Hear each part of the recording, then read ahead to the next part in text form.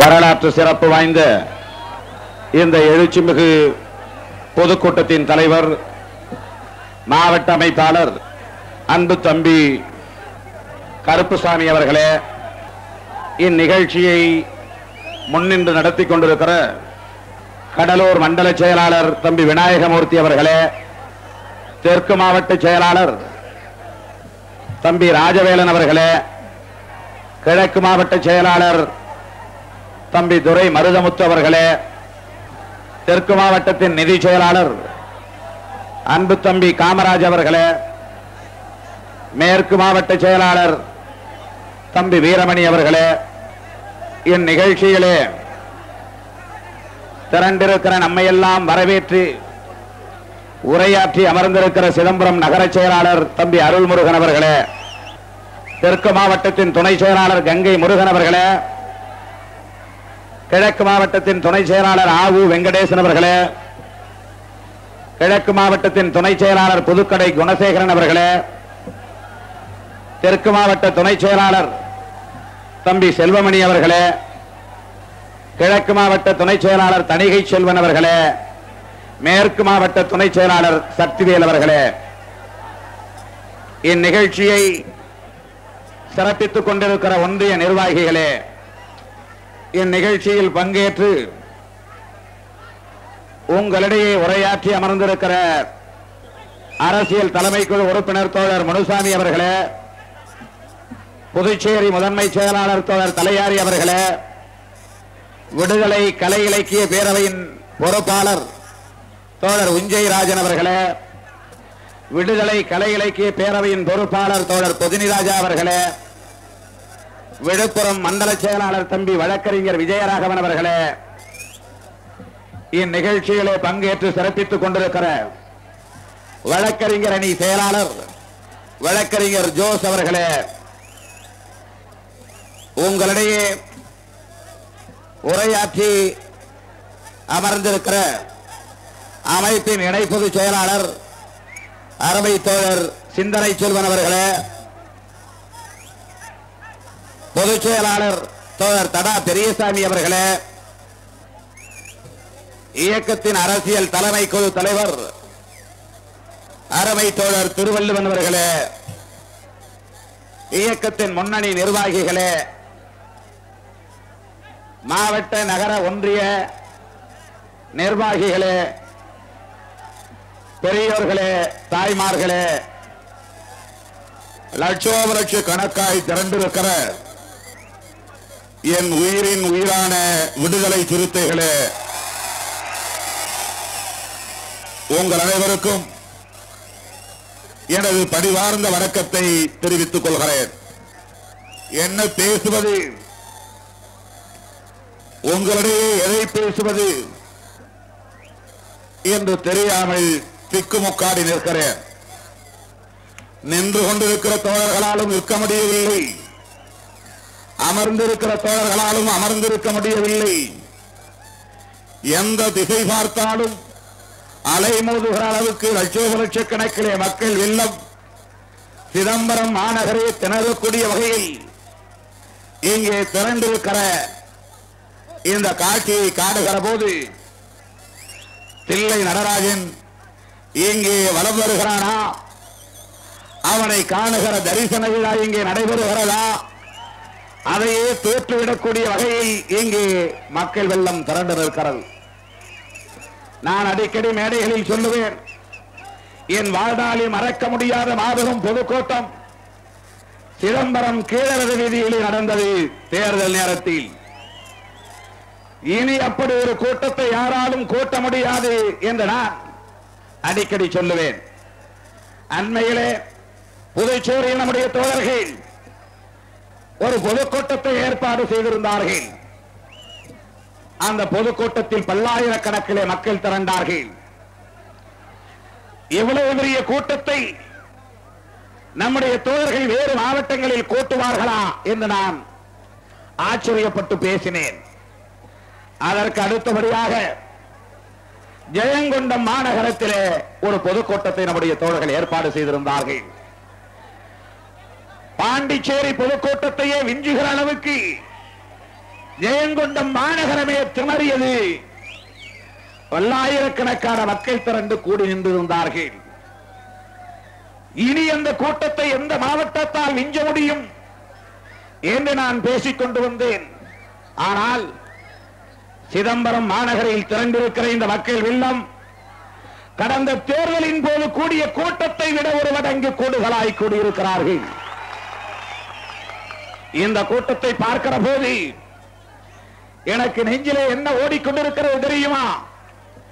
கடலூர் மாவட்டத்தில் இருக்கிற 6 சட்டமன்ற தொகுதிகளையும் விடுதலை சிறுத்தைகள் வென்றுவிட்டார்கள். யாரும் இங்கே போட்டி போட முடியாது. 6 சட்டமன்றமும் விடுதலை சிறுத்தைகளுக்கு. அதை எடுத்து காட்டுகிற வகையில் லட்சோப லட்சக்கணக்கான மக்கள் இங்கே திரண்டிருக்கிற காட்சி ஒரு சான்றாக இருக்கிறது. நம்முடைய தோழர்கள் எல்லாம் நான் விடுதலை சிறுத்தைகள் இந்த தேர்தலில் என்ன நிலைப்பாட்டை எடுக்க போகிறோம் என்பது குறித்து பேசினார்கள். தேர்தலில் என்ன நிலைப்பாடு, தேர்தலிலேயே வென்றுவிட்டோம், வெற்றி விழா கொண்டாடி கொண்டிருக்கிறோம் என்பது போன்ற ஒரு மகத்தான திரட்சியை இங்கே காண முடிகிறது. விடுதலை சிறுத்தைகள் தமிழக அரசியலிலே ஒரு தவிர்க்க முடியாத சக்தி என்பதை மீண்டும் மீண்டும் நிறுவுகிற வகையில் இந்த மகத்தான கூட்டம் நடைபெற்றுக் கொண்டிருக்கிறது. பாவம், நமது பங்காளியை பற்றி இங்கே பேசினார்கள். அவரும் தொகுதி மாநாடுகளை நடத்துகிறார். ஆங்காங்கே லட்சக்கணக்கிலே செலவழிக்கிறார். ஆனால் 200-300 பேருக்கு மேல் திரளுவதில்லை. இங்கே ஒரு ஆய்வு கூட்டம் நடத்த வேண்டும். சட்டமன்ற தேர்தல் ஆய்வுக்கு பிறகு ஒரு பொதுக்கூட்டம் நடத்த வேண்டும் என்று மட்டும்தான் நம்முடைய தோழர்களிடத்திலே நான் சொல்லியிருந்தேன். மாநாடு கூட்ட சொல்லவில்லை, பொதுக்கூட்டம் கூட்டுங்கள் என்று சொல்லி இருந்தேன். ஆனால் இங்கு மாநாட்டையும் விஞ்சுகிற அளவுக்கு மிகப்பெரிய மாநாடு நடைபெற்றுக் கொண்டிருக்கிறது. ஒரு தேசிய மாநாடு நடப்பது போல் நடந்து கொண்டிருக்கிறது. அத்தகைய எழுச்சிமிக்க வீரம் மிகுந்த என் உயிரின் உயிரான விடுதலை சிறுத்தைகளே, எனக்கு இங்கே நீங்கள் இப்படி திரண்டிருப்பதை பார்க்கிற போது ஏற்படுகிற மகிழ்ச்சியை விட பொறாமை பிடித்த பொச்சரிப்பு கொண்ட சாதி வெறியர்கள் நீங்கள் திரும்புகிற போது பிரச்சனையை ஏற்படுத்துவார்களோ, இதை தாங்கிக் கொள்ள முடியாத சாதி வெறியர்கள் வேண்டும் என்றே வன்முறையை தூண்டுவார்களோ என்கிற அச்சமே எனக்கு மேலிடுகிறது, என்கிற வருத்தமே எனக்கு மேலிடுகிறது. காவல்துறை விடுதலை சிறுத்தைகள் கடந்த 17ஆம் தேதி இங்கே பொதுக்கூட்டம் நடத்துவதாக முடிவு செய்த போது பங்காளி ராமதாஸ் பாண்டிச்சேரியிலே கூட்டம் நடத்துகிறார். ஆகவே உங்களுக்கு இங்கே அனுமதி இல்லை என்று புதுச்சேரியிலே மாநாடு நடத்துகிற ராமதாசுக்கு பாதுகாப்பு கொடுக்க கடலூர் மாவட்ட காவல்துறை இங்கே விடுதலை சிறுத்தைகளுக்கு அனுமதி வழங்க மறுத்துவிட்டது. ஆனால் அந்த வெட்கங்கெட்ட காவல்துறையை எச்சரிக்கிறேன். லட்சோப லட்சக்கணக்கான மக்கள் திரளுகிற ஒரு பொதுக்கூட்டம், விடுதலை சிறுத்தைகளின் பொதுக்கூட்டம் சிதம்பரம் மாநகரத்தில் நடைபெற்றுக் கொண்டிருக்கிற போது ஒரு போலீஸ்காரனாவது இங்கே பாதுகாப்புக்கு வந்திருக்கிறானா? வழியிலே எங்கேயாவது பாதுகாப்பு போடப்பட்டிருக்கிறதா? கருணாநிதியே, தமிழக வரலாறு தலைகீழாக புரண்டுவிட்டது. கருணாநிதி பேசுகிற போது லட்சக்கணக்கிலே மக்கள் திரண்ட வரலாறு மாறிவிட்டது. இனி விடுதலை சிறுத்தைகள் நடத்துகிற பொதுக்கூட்டத்தில் தான் லட்சக்கணக்கான மக்கள். இதை கண்டு பொறாமைப்படுகிற கருணாநிதி அவர்களே, கடலூர் மாவட்டத்தில் சட்டம் ஒழுங்கை பாதுகாக்க வேண்டும் என்கிற அக்கறை உங்களுக்கு இருந்திருந்தால் விடுதலை சிறுத்தைகளின் பொதுக்கூட்டத்திற்கு பாதுகாப்பு போட்டிருக்க வேண்டாமா? எங்களுக்கு தேவையில்லை உங்கள் பாதுகாப்பு. எங்களை நாங்களே பாதுகாத்துக் கொள்ள முடியும். 50 ஆண்டுகளாக இந்த நாட்டை ஆண்டு கொண்டிருக்கிற நீங்கள் இதற்கு முன்பு எங்களுக்கு பாதுகாப்பு தந்திருக்கிறீர்களா? பாதுகாப்பு தந்ததாக இருந்திருந்தால் எத்தனை சேரிகள் எறிந்தன, அதை தடுத்திருக்க முடியும் அல்லவா?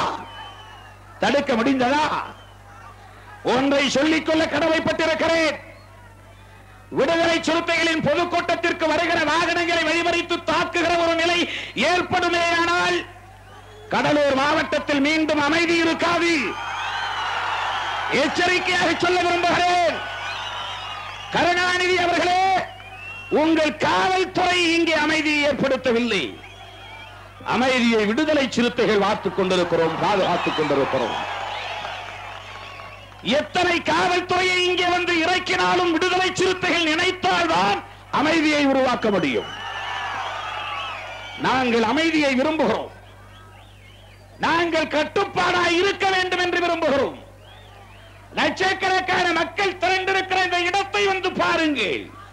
விடுதலை சிறுத்தைகள் எவ்வளவு கட்டுப்பாடானவர்கள் என்பது உங்களுக்கு தெரியும். 6 மணி நேரத்திற்கு மேலாக இங்கே அமர்ந்திருக்கிறார்கள். எவ்வளவு கட்டுப்பாடாக இருக்கிறார்கள் என்பதற்கு இதைவிட சான்று தேவையா? கருணாநிதி அவர்களே, கட்டுப்பாடாக இருக்கிறோம். கட்டுப்பாட்டை இழந்துவிடக்கூடிய வகையிலே உங்கள் காவல்துறை நடந்து கொள்ளக்கூடாது. இவ்வளவு பெரிய கூட்டம் நடந்து கொண்டிருக்கிற போது வழிமறித்து அங்குமிங்கும் சாதி வெறியர்கள் கல்வீசுகிறார்கள் என்கிற தகவல் வருகிறது என்று சொன்னால் இனியும் எங்களால் பொறுமையாக இருக்க முடியுமா? இனியும் எங்களால் அமைதி காக்க முடியுமா? ஆனால் அமைதி காக்க விரும்புகிறோம், பொறுமை காக்க விரும்புகிறோம். எங்களுக்கு தேர்தல் முக்கியம் இல்லை.